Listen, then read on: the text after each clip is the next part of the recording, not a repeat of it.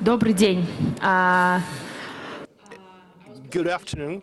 As we have a conversation today, I'm Olga Polishuk. I'm Chief Operation Officer of Strelka Institute of Media Architecture and Design. And a few years ago, we launched an entrepreneurship project which is called Vector. And it's quite similar to what the guys from Urbanas is doing and developing in the world in general. And today we want to talk a bit about urban tech and some tendencies that basically covering what's happening. And I think that if you are here, you probably already know that our guest. Let's talk about what is urban tech. What can you describe? How, in general, you can say as for your mother, for example, or for your girlfriend, whatever. Like, tell us. Well, luckily, my girlfriend understands what I do very well. My mother, it's a little bit harder to describe. But first of all, thank you for having me, and thank you for the conversation. So urban tech is very broadly the field of innovation that focuses on improving city life. And that can mean still a very wide variety of things. So it's one of those things that is up to interpretation. You can narrow the field of startups and technology focusing on cities and still end up with a very wide array of things like education or food or transportation, buildings. We at Urbanus and some of the other initiatives that we run choose to focus even further on things specifically related to the relationship between the city and the environment. But that also includes and maybe is more focused still on the citizens and the life that is available to a person living in a city. And so, to put simply, the industries that this represents are things like transportation, how we get to and from work and home, but also built environment, the environments that we are exposed to when we're at home or at work. Also things like sustainability, how these buildings and the resources that we use in them, how they impact the environment and how they're impacted by the environment. And the other focus beyond the relationship with the environment is the fact that there are more and more of us living in cities, the phenomenon called urbanization. And as more and more people move to cities in search of better economic opportunity and jobs and so forth, we are facing constraints on the local governments to provide great services and solutions to the citizens. But also, by nature of having more and more people in a dense environment, challenges around safety and security arise. And so we end up looking at a handful of sectors, again, transportation, built environment, sustainability, safety, government efficiency, and none of these are small markets. So there's the public benefit and the good reason to do it, which is if we don't solve these problems, as urbanization continues as a trend, they only get harder and harder to solve. And we can't only rely on solving them from top-down solutions or long-tail policy exercises. We have to find the emerging technology opportunities to solve these challenges. And the fact that we have yet to arrive at a focus on education or a more deliberate focus on public or private health does not mean that these things are not important or relevant to urban life. There are other initiatives that are focused specifically on education and on health and on food, though we are exploring and expanding into those sectors as well. What are the new challenges, like totally new, that you can say now? Like, what you're feeling? What's coming next? Well, I mean, one of the new challenges is actually in the government sector itself, because as solutions to urban challenges are arising out of garages and seemingly out of nowhere, it's becoming very, very difficult to implement regulations, but also adapt policy to embrace these new solutions while also having the interest of the citizen in mind. A great example is the life of a transit planner in a city. It's very difficult right now to be a transit planner because over the last few years, the definition of transportation and transit has been dramatically changing year after year. And so a few years ago, ride sharing shows up, and Uber, Lyft transformed the way we think about showing up in a city and trying to find our way to our hotel or to our destination. But even local residents and how they think about getting to and from work or social activities. And so planning around this change in the use of cars, but also the increased interest because of this shared mobility option, the increased interest in not owning a car, and in the absence of a car, finding whether it's walking or public transportation options to fill the gap. But even more pronounced of this challenge of being a transportation planner is an example like bike sharing, where it's been around for a few years and it grew very quickly just the same, but more recently dockless bike sharing. It's bike sharing where the bikes are very cheap and there is no dock, you're leaving the bike somewhere. Which markets we're talking about? So China has been the first market to really embrace this approach, this new offering, this new solution. And from 2015 to 2016, as a transit planner, you're scratching your head on how to figure out how to manage the fact that the number of rides taken through car sharing has almost tripled. And then all of a sudden in 2017, bike sharing shows up, dockless bike sharing shows up, and it's tripled even what ride sharing has done. And so how do you plan around now a bunch of bikes being strewn around the city? And yes, this has started and is mainly pronounced in China, but they're expanding, and these are the things that are on the horizon for many other cities. And this is just one example. You have things like food sharing, you have drones, you have distributed energy. I mean, all of these things are relatively well-regulated markets, but the new solutions often subvert the existing regulations and make it a very difficult job to plan around them. I can tell you a funny story from Moscow, like 2 years ago, when the first sharing car that you can rent appeared. People were pretty suspicious, like they always, what is it? Probably I should pay more, or is it cheaper, is it not? So all these kind of questions that you're probably familiar with. But then one thing happened, like the guy, he broke the car, and he basically it wasn't his mistake. And he posted on Facebook a huge post about that the company who provided the facility wasn't really no legal stuff of the process.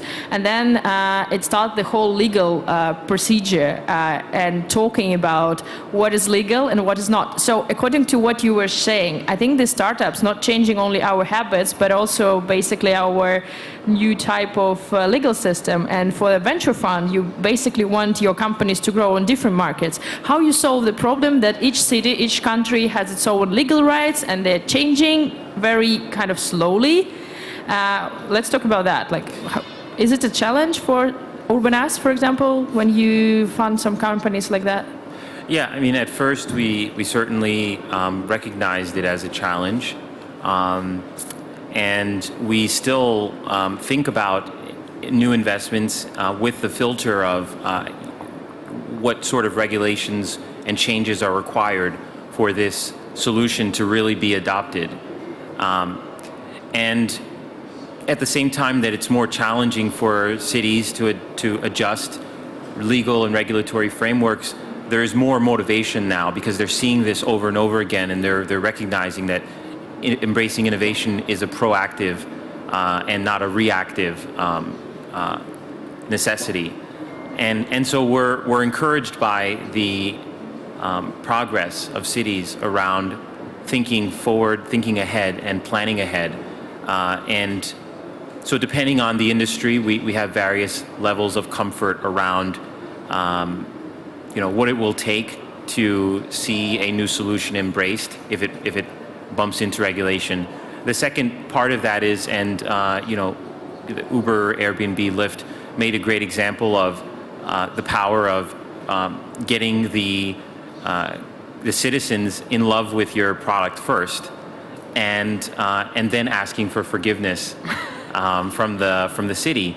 Now, we don't promote breaking any laws, of course, but there are other ways to build that sort of alliance. But they're breaking naturally. It's not like that you promote it, but... Well, understandably, but we would avoid investing in a company that we know is breaking an established law or is in a gray area. But the two things related to that are, one, you can build desire for your solution and turn that group of evangelists into lobbyists, frankly, because the city has to listen to what the citizens want. A good example is in Austin, where Uber was taken away, but it was already so beloved in the city by both locals and visitors that it eventually had to come back. And so you can instill that sort of energy and enthusiasm for your solution before the introduction of that solution. That's one. But then two, we often try to find solutions that don't require selling to government or running into existing regulation. And so it's a concept we call sneaking in public benefits. So is there a way to introduce this solution in a way that doesn't directly affront any existing policy, or doesn't require working with the government, but can maybe be sold to consumers or businesses and again gain a strong following, a strong popularity before it requires engagement with the government.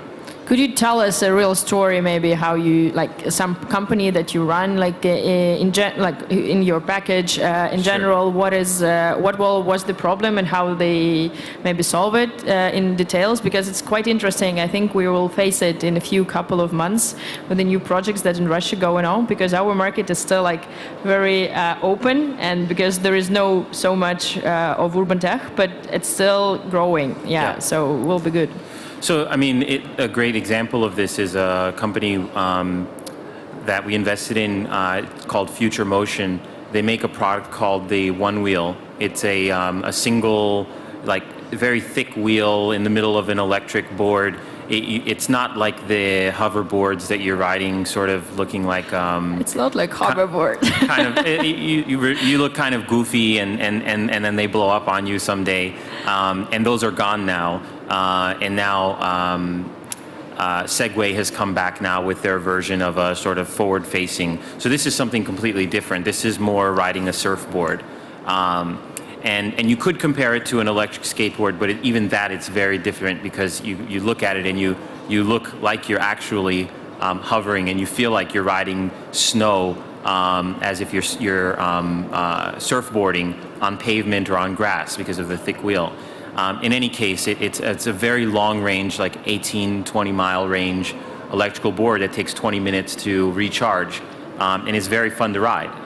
And so... Do you have it yourself? I don't have it with me, but yes, I have one. Okay. And so, it was introduced as a board sport, as a way to, have fun on the weekends. If there's no snow around, you can at least go to the park and pretend like you're riding on snow wherever you are. But, naturally, because it's relatively light, quick to charge, it's a fun way to get around, and you can maneuver multiple types of terrain. It makes for a natural vehicle to travel around the city as well. And so people started using it as that more and more. But, you have this board. It's not a skateboard. It's not a bike. It's not, any of these other things. Where do you ride? Are you on the sidewalk, or are you in the bike lane? And then, for a small period, in California, as the specific example here, it became illegal to ride any electrical board vehicle, mainly because of these hoverboard things that were blowing up, and it just blowing up both in popularity, but also physically blowing up on people. There were knockoff batteries, horrible. Yeah, that's quite impressive in the videos on YouTube. Yeah, it's very scary. And so California just blanketly said no more of these. You know, the airports still have very strict rules on batteries, including even the phones. But in any case, in California, it was they didn't want these things in the bike lanes. But at this point, there was so much enthusiasm for One Wheel, and there was a distinction between One Wheel, which was a very refined product, very distinct and distinguished product, that we were able to get the exception to that rule, and we're able to reintroduce the One Wheel to the bike lanes. And now I see them being used in San Francisco, where I live, in the bike lanes. Okay. I know that you were a mentor for a laboratory that happened here, and in this way, in Moscow Urban Forum, can I ask you two questions because of this? First is that what is the main stereotypes and mistakes of the entrepreneurs in urban tech that, like as a mentor, you probably know about them? Typical ones, like maybe a couple of them. Can you mention? You mean specific to Moscow? No, not specifics, but as a mentor, probably not mentoring the first time. So what is the stereotypes and mistakes that usually people do, like typically? Yeah, I think the two are, again, one, the misinterpretation of thinking about urban tech. Generally, it's that it's one that you have to work with cities directly, immediately, which is not always true. And then two, that it's difficult to work with cities. While it's not a walk in the park, more and more cities are adopting and wanting to embrace new technologies and are creating programs and departments and hiring new roles just to focus on working with startups. And so for entrepreneurs that are maybe concerned about starting a company that focuses on a city problem, this might cause them to hesitate. When in fact the opposite is true. This is the best time to start a company that's focusing on working on city problems, because there's so much enthusiasm from the city side to embrace new technology, but also there's so much enthusiasm from the citizens themselves, the growing population of urban citizens that are also looking for improvements to their life, and they're willing to buy consumer products. Businesses are willing to buy business products that help save them money, make the life experience, make their experience in the city more fun, more enjoyable, etc., more safe. And then the second misconception is that it's difficult to raise money for these types of companies. And I mean, it's difficult to raise money for startups in general, and certainly if you're not in the Bay Area and you're not in the San Francisco, Silicon Valley region, it's difficult generally to raise money in just a local ecosystem. But the world is flat, and yes, there are regionally focused dollars. Most of the time, investment firms want to invest in teams that are near them, or they're funded by organizations that are strategically interested in building companies in their region. But that's not the blanket truth. I mean, there are companies that, there are investment firms that invest globally. More and more of them invest globally. And so the funding landscape has global reach and is flat. And in addition, there are more and more investment firms that are recognizing this opportunity in urban tech and government technology, and are enthusiastic about finding opportunities to invest in this space. They also see the opportunity opening up with working with cities. So a few examples of funds that are international or not based in Moscow, but have invested in Moscow startups are companies like E Ventures. The other one I wrote it down actually. Kima Ventures from the Bay Area, Intel Capital. And so Moscow companies are able to raise not only venture from outside of Moscow, which can be challenging, understandably. It's a young but growing venture industry here, but they can raise money from outside of Moscow. But specifically, there are opportunities to raise money for urban tech startups. Obviously, Urban Us is in that category as well. What are other mistakes, other stereotypes maybe, except not only, so your market is not only city, right? So you can also make it with a business, as I understood? Yeah. And what else? Well, so... for the young guys, like for this maybe young crowd that doesn't know maybe yet so much as you do. Well, I don't know that much either, so it's blind leading the blind. Yeah, but Urbanas is basically one of the most famous guys in this field, though. Thank you. So yeah. doing a good job. Congrats. We're just a little less ignorant than other investors in the space, because we've been deliberately focused on this space for many years now, for more than 4 years, and we've made over 30 investments in the category, in the various sectors around urban tech, and we're very deliberate about understanding the problem and learning from the founders about and understanding their solutions, but also understanding and building relationships with the cities and the other stakeholders. We've actually built a network of over 1,500 founders, investors, city officials, advisors that help us advise the companies that we work with. Who are these people and how to be a part of it? Well, so we actually didn't start as a venture fund. What we started as was an initiative to find and support urban tech entrepreneurs. Our background, myself and Sean Abramson, my co-founder, our background having been urban tech entrepreneurs ourselves. There were 3 ways we felt we could help them. One was by finding the best cities and the best companies to partner with and to work with on your first sales and product development.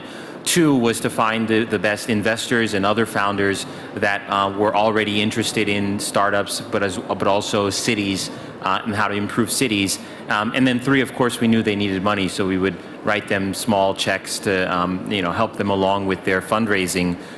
Over time, organically, we were able to meet more and more of these cities and investors and founders, and had a chance to have a conversation with every single one of the people in our network. And we gather them regularly to meet in relatively small events to share. Like meetups that you're doing, well, or something? Like mixers, kind of like meetups. 100-person events. Okay.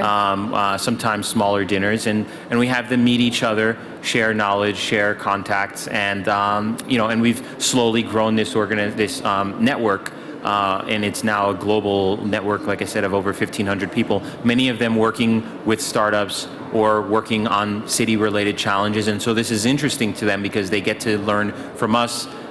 We share a newsletter and a Slack group where we share our research, and they get to learn from us what the trends are, what's growing. Do you have a city government guys in this group? Yes. How many? How many, like a percentage maybe? Percentage, maybe a fourth, yeah. And so, and more than half is investors and founders. And so we're continuing to grow this network, and going to urban.us is the first route in.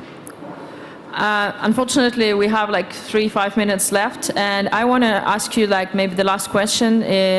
We're all curious about the Russian context. Do you know something about Russian context, and maybe about the companies, or what your perspective about our challenges here, if you know something about that?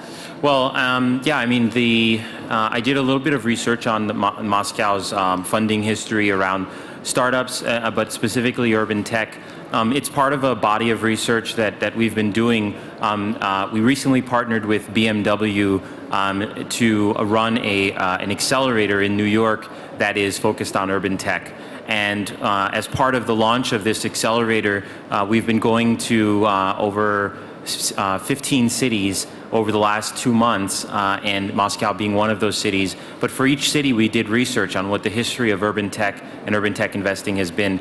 And so what's interesting about Moscow is that, over the last 10 years, Moscow has founded and funded over 350 startups. Out of that 350 startups, though, only roughly 10% have been urban tech related. And that fits the rough average, actually, of many other cities. It's just a smaller pool, a sampling pool. What is also interesting is that the founded and funded startups, generally startups broadly, peaked, it seems, in 2012 at about 120 companies, and since has steadily declined. So we're now in 2016, at least, back to where investments, the number of investments were in 2010, which is roughly 30 companies founded and funded. So it's going in the wrong direction, but but that of course can change in 2017. We haven't dug in on the data in 2017. There were a few other interesting findings I wrote down. So three sectors that seem to have the most popularity, and it's a mix of entrepreneurs wanting to start these kinds of companies, but also investors wanting to fund them. And those three sectors are transportation, food, and energy.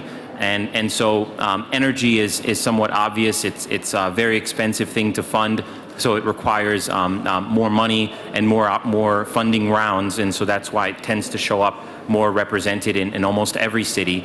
But transportation is particularly interesting. It's the biggest sector that we've seen funded in Moscow over the last few years. Food is of course popular because of companies like Dish FM and Delivery Club, which is the only exit that's actually come out of Moscow in the urban tech sector of companies.